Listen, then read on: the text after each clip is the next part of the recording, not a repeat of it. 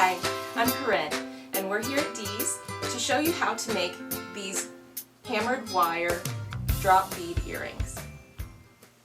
For this project, you will need 18 gauge wire for the base of the earring, 24 gauge wire to attach the earring together. You will need 2 large beads and 2 to 4 small beads. If you choose to make your own earring, your own ear wire for this project, you will also need 20 gauge wire and a small dowel rod. The tools that you need are wire cutters, round nose pliers, needle nose pliers, a steel bench block and a jewelry hammer, a ruler, and depending on the size of your earring, you will need different size dowel rods. At Bead's, we do have a sheet that shows you your size chart. It has how long you need to cut your wire for a certain size dowel to make this particular earring size. For this project, we're going to use the 3.5 inch wire with a 3/4 inch dowel rod. So I've cut my 18 gauge wire at 3.5 inches, and using the dowel rod, I'm going to place the 18 gauge wire midway on the dowel rod, and then grab the wire from either end and wrap it around the dowel rod until those two ends cross evenly. So here I have my wire form, and my two ends are crossed here in the middle. Next, we're going to hammer the form.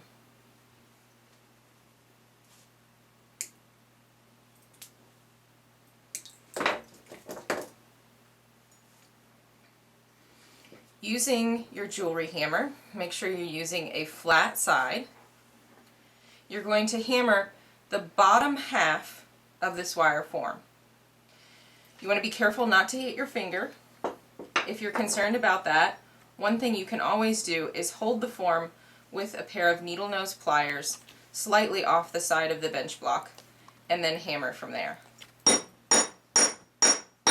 When you're hammering, you want to hammer fairly hard, but you want to make sure that you're hammering in different places on the wire and never the same place over and over again. That can actually weaken the wire in that spot and cause the earrings to break.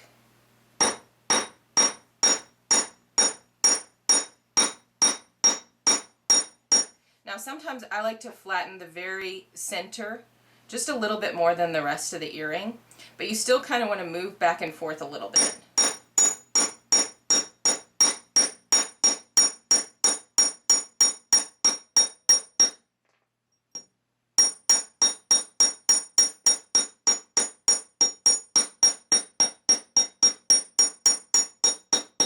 Just keep moving along as I'm showing here to kind of smooth out that transition from round wire to flat wire. Now you'll notice as you hit the wire, it kind of spreads the form out a little bit and you don't have that cross anymore. You're just going to very gently push that back together. Now the side that we hit is going to be a little bit textured. If that's the look that you like, you can actually use that side as the front. But the side that was against the bench block is nice and smooth.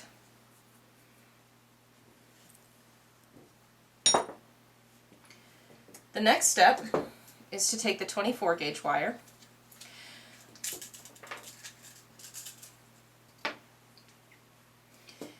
You're going to need about 12 inches of your 24 gauge wire. And if you want to make your earring a little bit stronger, you can use 22 gauge. But if you're not used to wire wrapping, you might want to start with the 24 because it's just a little bit easier to wrap.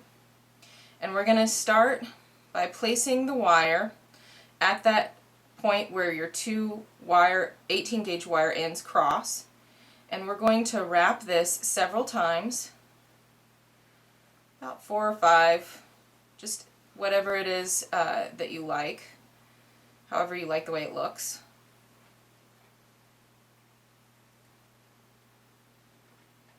You can even go back and wrap with the longer end. And for this particular earring, we're not really trying to make this each wrap as close to the last wrap as possible like we normally do. We're just kind of making it messy so it's a little kind of artsy looking. And you want to leave that short tail so that we can actually wrap these two pieces together. So don't cut that off. We're going to cross those two, and then just with your fingers or your pliers if it's easier for you, we're going to twist that together. If you do then, after you've twisted it together about twice, if you still have a short little tail, just go ahead and clip that off. Leave the long tail. And then we're going to move to the round nose pliers to complete the loop on the top of the earring. You're going to place the round nose pliers on the top of that little twist that you just made. Wrap the wire around the top portion of the round nose pliers until you hit the pliers. Don't go all the way around. If you go all the way around, you're going to end up going around both portions of the pliers, and it's going to make an elongated loop. So after you've gone part way around, you're going to bring your pliers out of that top portion of the loop, or the top portion of the pliers, and place the bottom portion of the pliers in and cross the rest of the way to create that little loop where it crosses where you made the little twist. Then, using the needle nose pliers, hold on to that loop and then wrap the rest of the wire back down around the twist that you made. That's going to secure this form here. And again, we're just kind of messy back and forth wrapping. It's kind of part of the design. And when you've gotten it to the way you like, you're going to clip off your excess and tuck that tail down into the wrap with your round nose pliers so it's not sticking out and it's not leaving a sharp little point. Sometimes I do hammer these two little tails just a little bit to give them some flair. You don't have to do that, but you do want to make sure that you sand these ends with a file or a piece of sandpaper so that that is not a sharp point that's going to stick your skin when you're wearing it. So the next step is to put our bead on.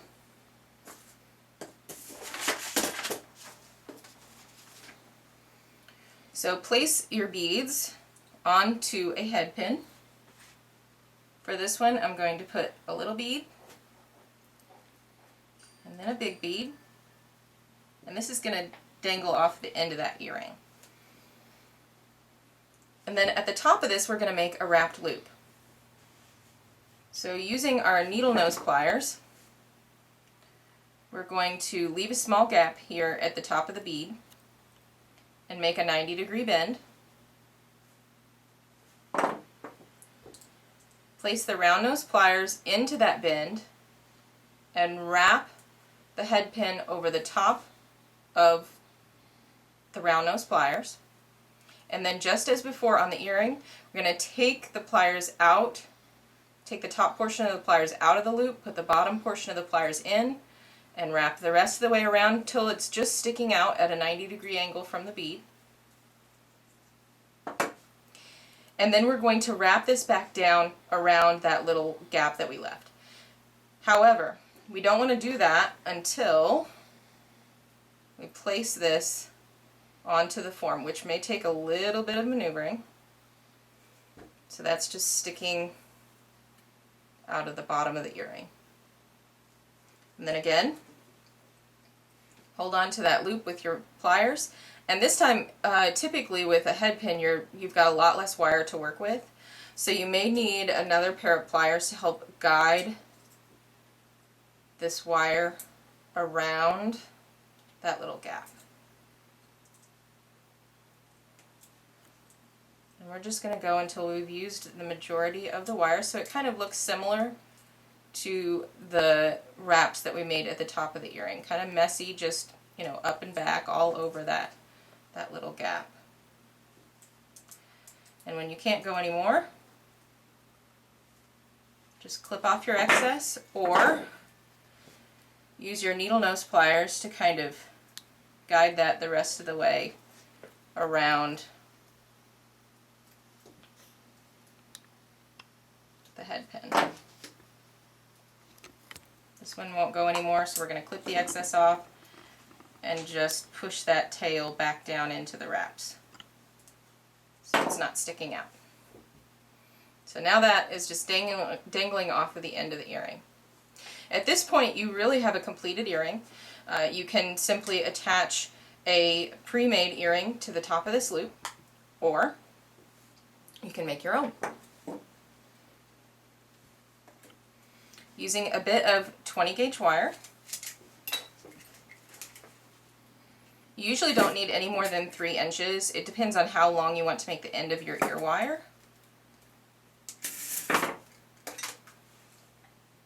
We're going to create a loop at the end of this. You want to start a little ways in, a little less than 1/2 inch, about 3/8 of an inch, and we're going to make a 90-degree bend.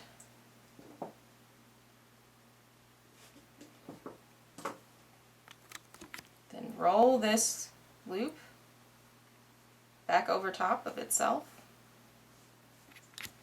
to create, we've almost created an eye pin here.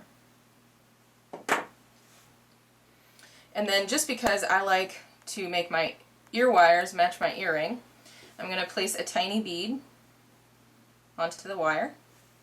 Just makes it kind of decorative.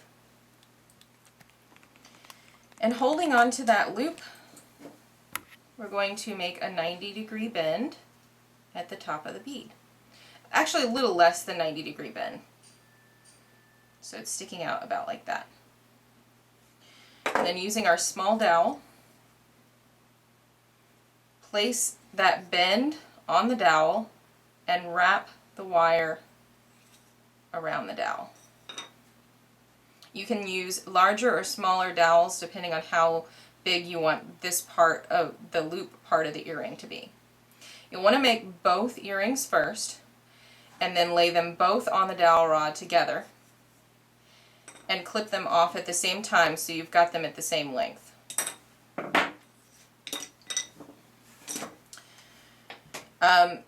You can then slightly bend the end of the ear wire, although that part is mostly just for looks, so it's up to you if you want to do that part or not. And you do want to sand this end of the earring as well, as that's what's going to go through your ear, and you don't want it to scratch your ear as it's going through. So sand it, just kind of feel it on the end, and make sure that it's not sharp.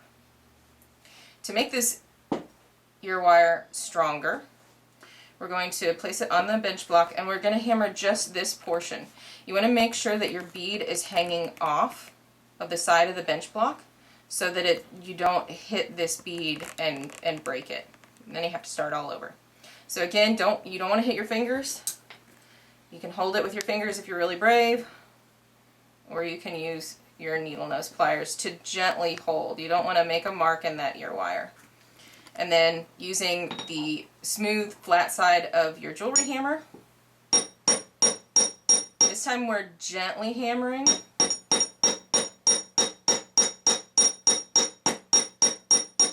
And what that does is that compresses the wire and forces it to stay in that shape, so it's harder to bend and it's easier to keep your wire in shape. So finally, we're going to twist this little loop open. Just gently twist it up. Slide, figure out which side of the wire form you want showing, the hammered side or the smooth side. Place it onto the earring. Twist it closed, and you have a completed earring.